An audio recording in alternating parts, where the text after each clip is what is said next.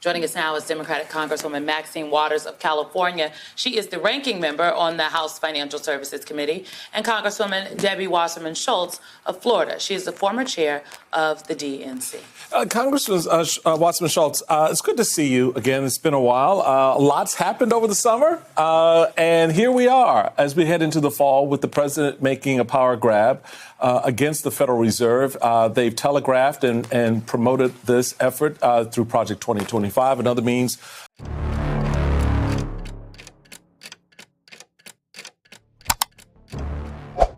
Algunos movimientos institucionales no llaman la atención por su novedad, sino por la convergencia anómala de señales que suelen operar por separado. El 22 de enero, un documento presentado por la Asesoría Legislativa de la Cámara de Representantes registró oficialmente la apertura de la deliberación sobre la admisibilidad de un nuevo proceso de destitución contra el presidente en ejercicio. El protocolo fue conducido por miembros del Subcomité Constitucional vinculado a la Comisión de Justicia y cita, de manera directa, episodios recientes que involucran actos administrativos clasificados por asesores legislativos como incompatibles con el principio de estricta legalidad que rige la actuación del Ejecutivo Federal. La solicitud, aunque todavía en fase preliminar, no surgió como respuesta aislada a una única medida específica, sino como resultado de la acumulación sucesiva de decisiones que, tomadas en conjunto, generaron una creciente preocupación en los sectores técnicos de la estructura gubernamental. Sin embargo, lo más relevante no es solo el contenido de la solicitud, sino el contexto institucional en el que surge. En las últimas 72 horas, al menos 2 miembros del gabinete presidencial convocaron reuniones de carácter reservado para evaluar los límites jurídicos de la 25ª enmienda en coordinación con consejeros de Estado y representantes del sector de asesoría jurídica del Ejecutivo. Aún no hay confirmación oficial sobre la agenda de estas reuniones, pero los registros cruzados de desplazamientos internos y cambios en las rutinas reglamentarias indican que la evaluación de la capacidad funcional del presidente se ha empezado a discutir en términos más objetivos. Lo que diferencia este episodio de otros intentos anteriores de responsabilización no es el contenido de las acusaciones, sino la simultaneidad entre frentes que tradicionalmente se mueven de forma independiente. La existencia de un proceso legislativo y, paralelamente, la movilización de estructuras internas del Gabinete Federal representa un giro inusual en el equilibrio institucional de los Estados Unidos.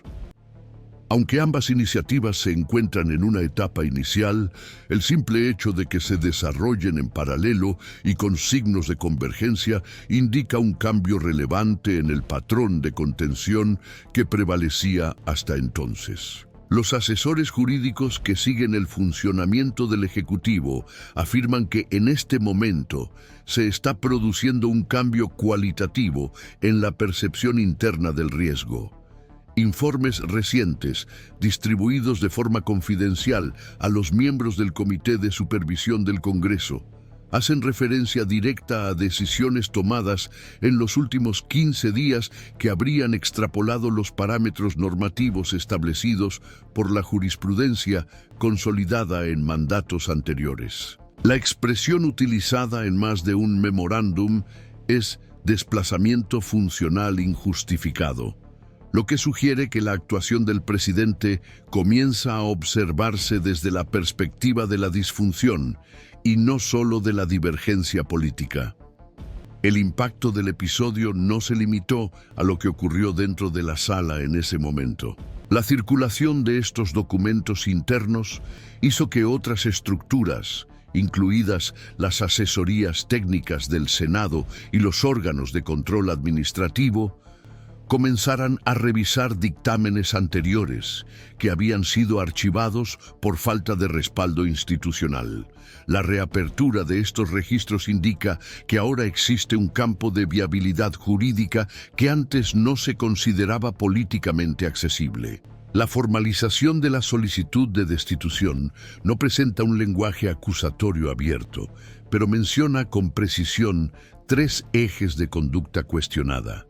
El uso de órdenes ejecutivas sin el dictamen previo del Departamento de Justicia, la destitución sumaria de funcionarios en funciones de control y las declaraciones públicas con un efecto intimidatorio potencial sobre las investigaciones en curso. Estos elementos, tratados de forma aislada en ocasiones anteriores, aparecen ahora agrupados en una secuencia cronológica que, según la solicitud, compone un patrón de conducta incompatible con los deberes constitucionales del cargo. El documento va acompañado de anexos con dictámenes técnicos, registros de diarios oficiales y transcripciones de pronunciamientos que, según los autores, fundamentan la admisibilidad de la denuncia. En el ámbito político, la repercusión fue inmediata, pero con marcadas divisiones.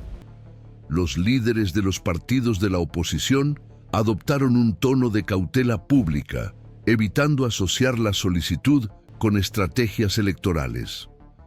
Dentro del Ejecutivo, ningún portavoz oficial se ha pronunciado hasta el momento, lo que ha sido interpretado por los analistas como un indicio de tensión deliberativa. La ausencia de una reacción institucional visible es, en este caso, más elocuente que las respuestas formales. Incluso sin una deliberación final, la tramitación de la solicitud ya moviliza a diversos actores del sistema político y jurídico. Asesores de la Suprema Corte confirmaron que los ministros siguieron con atención los acontecimientos de las últimas 72 horas, aunque por ahora no existe ningún recurso constitucional bajo análisis formal.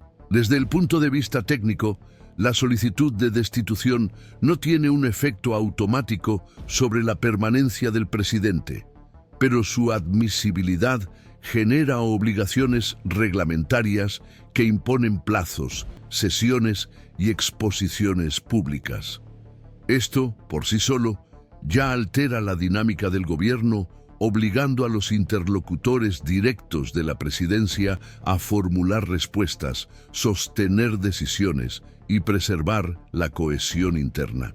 La situación se complica aún más con los discretos movimientos de los miembros del gabinete. Hay informes consistentes de que al menos 2 titulares de ministerios estratégicos han mantenido conversaciones con juristas externos, buscando aclarar los límites de actuación en caso de que se declare la incapacidad funcional del jefe del Ejecutivo. La 25ª enmienda, aunque rara vez se aplica, contiene cláusulas claras sobre los procedimientos de destitución y transición. Su simple mención en documentos de trabajo ya indica un aumento considerable de la tensión institucional. Seguimos con atención este tipo de movimientos precisamente porque se producen en capas menos visibles de la política formal. La convergencia de señales entre el poder legislativo y el ejecutivo es un indicio de que las estructuras de contención institucional siguen activas, aunque operen bajo una gran presión. Es en este contexto que diferentes organismos de apoyo institucional han comenzado a reevaluar el grado de adherencia entre las recientes medidas presidenciales y los mecanismos formales de limitación del poder ejecutivo. Desde principios de enero, al menos 3 entidades jurídicas no partidistas han publicado memorandos de análisis que apuntan a la consolidación de un patrón administrativo considerado atípico, actos emitidos mediante órdenes ejecutivas, sin interlocución con los canales tradicionales de control, acompañados de discursos públicos que reinterpretan las prerrogativas constitucionales en términos cada vez menos compatibles con la jurisprudencia consolidada. A partir de ese momento, La convergencia entre las señales políticas y los dictámenes técnicos comenzó a rediseñar el campo de posibilidades jurídicas dentro del cual se ha interpretado la actuación del presidente. Ya no se trata solo de observar el contenido, You don't hand matches sino de analizar to an la arsonist, secuencia and you don't give power to an angry left-wing mob. dispositivos al margen de los protocolos habituales. Los informes internos de la Oficina de Asesoría Legislativa del Congreso, a los que han tenido acceso los miembros de la Comisión de Supervisión y Reforma, indican que en los últimos 4 meses se ha producido un aumento del 50% en el número de actos administrativos clasificados como unilaterales, es decir, emitidos sin el dictamen conjunto de los sectores responsables del control de la constitucionalidad y el impacto presupuestario. Esta convergencia ayuda a comprender por qué sectores que históricamente han mantenido una postura de neutralidad política han comenzado a manifestarse de manera más incisiva en las últimas semanas. Un ejemplo emblemático es el del Consejo de Integridad Institucional de la Fiscalía General de la Unión, que desde 2009 actúa como órgano consultivo interno y que por primera vez desde su creación emitió un dictamen público sobre el riesgo de desestabilización funcional derivado de las medidas presidenciales. El dictamen, con fecha del 13 de enero, no contiene acusaciones formales ni recomendaciones explícitas, pero adopta un lenguaje inusual al señalar que, y cito textualmente, la sucesión de actos administrativos sin revisión jurídica previa puede producir efectos que excedan los límites de la legalidad material, incluso cuando estén amparados por disposiciones formales. Este tipo de formulación, según los analistas institucionales, revela un grado de inquietud que rara vez se expresa abiertamente dentro de la estructura estatal. Paralelamente, miembros del Tribunal de Cuentas de la Unión solicitaron aclaraciones sobre la verdadera motivación detrás de una serie de destituciones ocurridas en departamentos estratégicos, cuyas justificaciones, según un informe interno, no encuentran respaldo en la documentación técnica exigida por la norma. El análisis de estas destituciones fue remitido a la Contraloría General de la Unión, que debe pronunciarse en las próximas semanas. A partir de estas señales, crece entre los observadores institucionales la percepción de que el sistema atraviesa un punto de transición. La tensión entre la autonomía decisoria del Ejecutivo y los mecanismos de rendición de cuentas comienza a abordarse ya no como una controversia jurídica abstracta, sino como un problema operativo de gobernanza. Este cambio de enfoque produce efectos en diversas capas del sistema. En el Senado, los parlamentarios que integran la Comisión de Asuntos Constitucionales comenzaron a revisar precedentes históricos relacionados con acciones unilaterales de presidentes anteriores. Un estudio elaborado a petición del senador independiente por Maine recopila 17 casos en los que el uso continuado de órdenes ejecutivas dio lugar a una revisión judicial o una intervención legislativa, incluyendo episodios ocurridos entre los años 1972 y 2018. El recuerdo de estos precedentes refuerza la idea de que el momento actual no representa solo una crisis episódica, sino la reactivación de un conflicto recurrente sobre los límites del poder ejecutivo en tiempos de inestabilidad política. Esta interpretación es compartida por miembros de la Asociación Nacional de Juristas Federales, entidad que ha comenzado a seguir el proceso de destitución con un grupo de observación técnica no vinculado a partidos políticos. El grupo debe presentar en las próximas semanas un dictamen independiente basado en 3 criterios: la constitucionalidad de las medidas presidenciales, la coherencia normativa de las recientes destituciones y la adecuación del discurso público de la presidencia a los parámetros legales de orientación administrativa. Dentro del Ejecutivo, la actividad tampoco ha cesado. Aunque ninguna autoridad de primer nivel ha hecho declaraciones públicas, los registros de la agenda indican reuniones consecutivas entre ministros del área jurídica, comandantes de agencias reguladoras y representantes de la oficina del vicepresidente. El contenido de estas reuniones sigue siendo confidencial, pero fuentes cercanas afirman que ya se ha encargado al menos un dictamen técnico para evaluar la aplicabilidad de la 25ª enmienda en situaciones de conducta indebida continuada, incluso en ausencia de incapacidad física o psíquica. Esta línea interpretativa, aún controvertida, gana terreno entre los sectores que entienden la incapacidad funcional como un concepto ampliado, que implica no solo criterios médicos, sino también estándares mínimos de previsibilidad, transparencia y adhesión institucional. Es en esta intersección entre legalidad y operatividad donde se centra ahora el debate. ¿Hasta qué punto puede ejercerse la autonomía decisoria del presidente sin comprometer la arquitectura de controles y contrapesos que sustenta el sistema republicano? La ausencia de una jurisprudencia consolidada sobre el tema amplía el margen de maniobra de los actores involucrados, pero también eleva el grado de responsabilidad sobre cada decisión tomada. Los juristas consultados por medios especializados señalan que, si se confirma la hipótesis de que parte del gabinete está considerando activar la 25ª enmienda en paralelo a la tramitación de un proceso de destitución, el país se enfrentará a una prueba institucional sin precedentes en su historia reciente. Para quienes siguen estos acontecimientos, es esencial observar no solo los actos formales, sino también los movimientos subterráneos que preceden a cada deliberación pública. Es precisamente este seguimiento continuo, atento a las capas más profundas del funcionamiento institucional, lo que buscamos ofrecer aquí.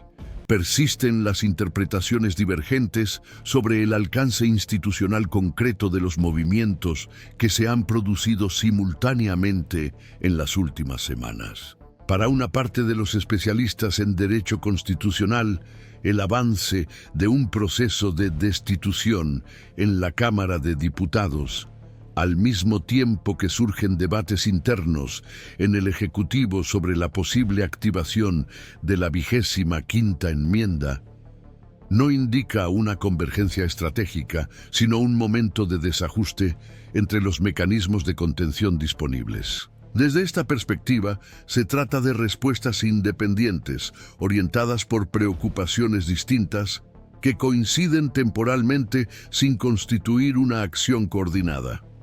El efecto de esta dinámica sería la dispersión de los esfuerzos institucionales, con la consiguiente reducción de la capacidad de cada instrumento para producir resultados efectivos. El juicio político, aunque respaldado jurídicamente, encuentra obstáculos políticos previsibles, especialmente en el Senado, donde la condena requiere una mayoría cualificada que se considera improbable.